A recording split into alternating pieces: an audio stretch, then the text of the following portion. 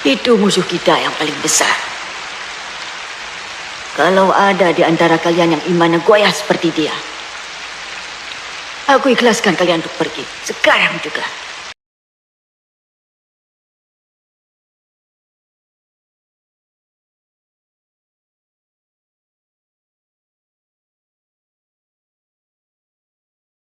Di suatu hari di atas gunung pada bulan Ramadan turun hujan yang sangat lebat. Di bawah pohon yang besar ada seorang perempuan yang tertunduk kepalanya ke bawah. Jawabnya tidak menentu lagi, matanya sudah buta. Saya mau cerita detik-detik akhir di mana runtuhnya kerajaan Aceh Darussalam saat itu dan tertangkapnya beliau. Tengku Umar sudah dilumpuhkan, ditembak mati. Bahkan Tengku Umar saat itu dicari kepalanya, mau dipelajari. Apa yang membuat Tengku Umar sangat pintar? Apa kata Belanda? Kita potong lehernya, kita bawa kepalanya ke Belanda, kita pelajari apa isi otaknya. Kenapa sangat canggih otaknya melawan kita? Ribuan Belanda dapat dilumpuhkan oleh salah seorang orang Aceh. Maka saat itu adik-adik sekalian tinggal satu orang lagi, yang perempuan. Nah saat itulah di bawah pohon itu ada seorang perempuan yang juga sudah berjuang, tapi dia sudah lumpuh, tak bisa bangun lagi, dia tak bisa berjuang lagi. Cuman dia berzikir kepada Allah. Di tengah hujan yang lebat itulah pada bulan Ramadan di bawah pohon itu terduduklah seorang perempuan, tokoh kita, nenek kita saat itu. Yang adik-adik sekalian, ternyata di bawah gunung sebelah sana ada panglima. Seorang perempuan itu memberitahu, saya tahu di mana perempuan itu. Ayo Belanda, kata salah seorang murid ataupun panglima perempuan tersebut, saya tahu di mana dia. Kalau kalian dapat dia, syaratnya dua. Bawa pulang dia ke Kutaraja, jangan kau bunuh dia dan kau obati dia. Atau Belanda, siap, kami sudah lama ingin bertemu dengan perempuan itu. Puluhan tahun Belanda menunggu momen di mana bisa menangkap perempuan itu. Kenapa? Karena ratusan Belanda bahkan ribuan sudah dibunuh oleh perempuan itu. Kokohnya perempuan tersebut. Maka nama panglimanya yaitu Panglaut. Dia datang kepada Belanda, kata Panglima Laut, saya tunjukkan di mana tempat seorang perempuan yang selama ini kau cari, wahai Belanda. Termasuk dia kasih tahu ke salah seorang jenderal Belanda bernama Fredman. Dia bilang, hai Fredman, kau mau tahu di mana perempuan itu? Saya akan beritahu, tapi syarat dua. Kau obati dia, kau bawa pulang ke Kutaraja. Dibawa ratusan orang Belanda saat itu lengkap dengan senjata canggihnya.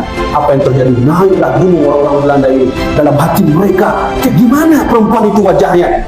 Kami ingin melihat, udah geram sekali.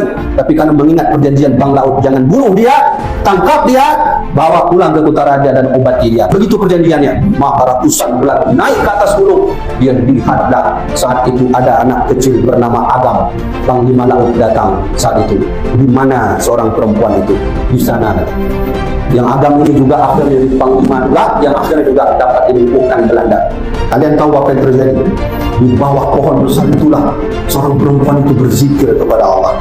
Dia berdoa kepada Allah, ya Allah, kalaulah kau masih memberikan nyawa ini untuk aku melawan musuh-musuhku, ya Allah, sehatkan badanku, ya Allah. Jika tidak, aku serahkan kepada Allah. Itu doa perempuan itu.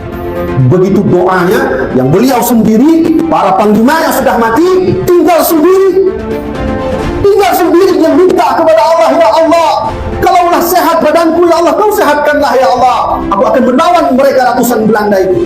Lalu dia lihatlah sosok perempuan itu. Jilbabnya sudah tak menentu lagi, rambutnya sudah keluar, matanya buta, kakinya lumpuh, sakit badannya, membungkuk di bawah pohon. Dia memegang belati. Fredman, salah seorang tokoh Belanda, datang memberitahu, saya ingin menangkap kamu. Karena perjanjian Bang Laut tidak boleh bunuh kamu, maka relakanlah apa yang kami perbuat terhadap. Begitu katanya, enggak digubris oleh perempuan itu. Lalu Fredman memberitahu, baik Panglima Laut, kau datang kasih tahu bahwa kami sudah datang menyuruhnya. Datang Panglima Laut, dia suruh, wahai ibu, ayo kita pulang. Ibu sudah tak bisa lagi dalam kondisi seperti ini. Mohon maaf, saya memberitahu bagaimana kondisi ibu hari ini. Mana ada lagi, belum selesai ngomong Panglima Laut, diambil belati oleh perempuan itu, ditusuk Panglima Laut. Sayang tak kena di dadanya, tapi terkena di bagian bahunya waktu itu. Apa kata dia? Terkenal kata-kata perempuan itu, kalau kau kasih aku, kalau kau sayang kepada aku, kau ambil pisau bunuh aku sekarang. Itu kalimat terkenal perempuan itu. Saya ulangi lagi. Kata perempuan Aceh itu, kalau kau sayang kepada aku, kau ambil pisau, kau ambil pedang, bunuh aku sekarang. Tak berani dah ngomong. Saat itu hening, hujan, suara hujan. Hening, tak ada yang berbicara. Belanda baru tahu itulah itu dia orang inilah yang membunuh teman-teman kita. Ternyata baru lihat itulah sosoknya. Apa yang terjadi adik-adik sekalian? Waktu diambil oleh Belanda, dia keluarin ludah kepada musuh-musuh Allah. Mati wakah berkafir. Bahkan Firaun dan Nawan menandah bahasa beliau waktu itu.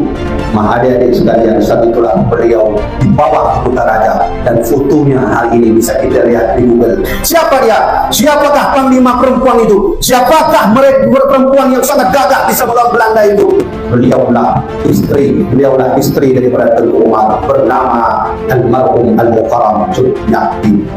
Masya Allah, Cut Nyak sangat kuat, sangat gagah.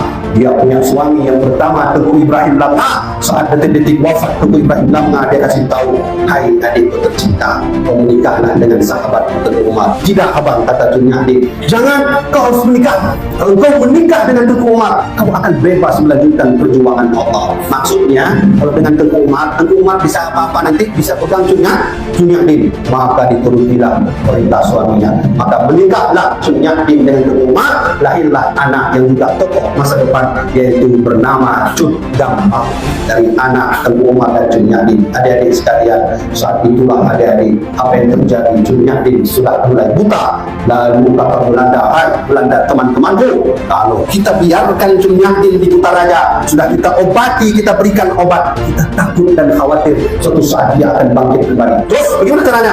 Kata Figment, kita pindahkan dia ke Sumedang. Setelah itu Cut Nyak Din dipindahkan ke Sumedang. Apa yang terjadi sampai di Sumedang? Beliau menyamar dirinya bukan Cut Nyak Din. Saat itu adik-adik sekalian, anak-anak yang ada di Sumedang mengaji sama Cut Nyak Din dalam keadaan buta, tapi Cut Nyak Din bisa mengajar.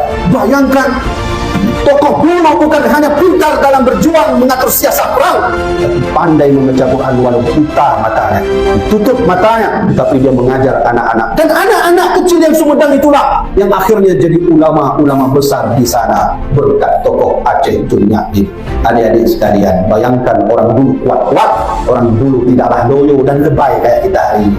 Kenapa? Orang dulu tak pernah pisah dengan Allah. Apapun kondisinya, Allah. Bagaimanapun kondisinya, Allah. Dimanapun dia berada, tetap Allah. La khaufun alaihim wa la hum yahzanun. Tokoh-tokoh saat itu tak takut kepada siapapun, tak bersedih dengan apapun, tetap Allah. Kenapa mereka kuat? Kenapa mereka berjaya? Karena salat mereka tak pernah tinggal, selalu berhajat kepada Allah. Maka adik-adik sekalian, berapa tahun sudah Cut Nyak Din meninggal? Tapi namanya masih dikenang. Tokoh-tokoh dulu, Muhammad Al-Fatih hampir 300 tahun wafat, namanya masih dikenang. Imam Al-Ghazali bahkan hampir 1000 tahun wafat, namanya masih dikenang. Muhammad baginda Rasulullah sallallahu alaihi wasallam 1400 tahun wafat, namanya masih dikenang. Kalian tinggal pilih, hidup saat kalian mati nama kalian tak dikenal, atau hidup saat kalian mati nama kalian dikenal. Silakan. Hanya ada satu pilihan. Jihad fisabilillah. La ilaha illallah. La ilaha illallah.